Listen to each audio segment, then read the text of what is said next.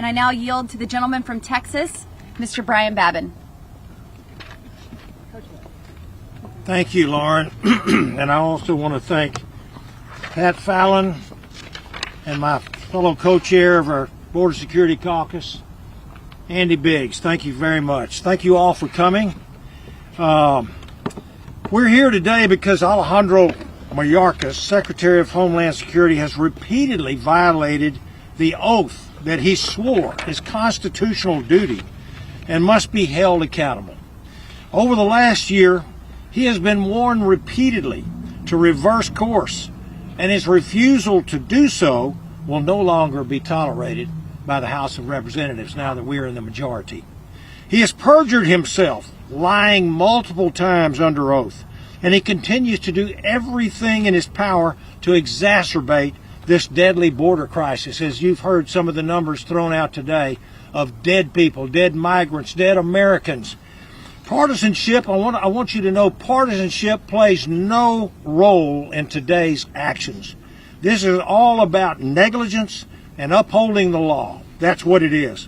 Mayorkas has shown a totally willful disregard for his court orders that he has been receiving from our federal courts. He has dismissed laws requiring the construction of physical barriers along the southern border.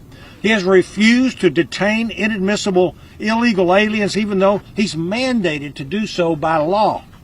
And in spite of his claim, folks, he has failed to maintain operational control over our southern border. But it's not just that.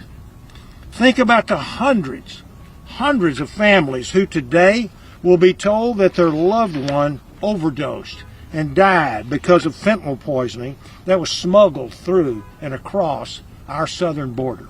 Think about the hundreds of migrants being assaulted, raped, and killed on their journey to and across the border today, as we speak. I've seen the cartels rape trees. I've seen them decorated with the undergarments of young victims, and I can tell you it is nauseating to behold. Think about how those 50 migrants felt in my state, in that big truck. 50 migrants. How did they feel as they suffocated in the back of a tractor trailer in the sweltering San Antonio heat? Think about the mourning of loved ones of the 20-year-old young lady, an autistic lady from Maryland, our neighboring state here, who was raped and murdered, strangled by an MS-13 gang member that this administration had released into the country just months before. And I would remind you that this murderer was a UAC, an unaccompanied child, but an unaccompanied child who was an MS-13 member and who was very capable of carrying out a heinous atrocity like that. The consequences of Mayorkas' actions are lengthy, they're serious, and they're tragic. And folks, he must answer for them all, and he must be impeached. And with that, I would like to introduce my friend from Virginia, Representative Bob Good.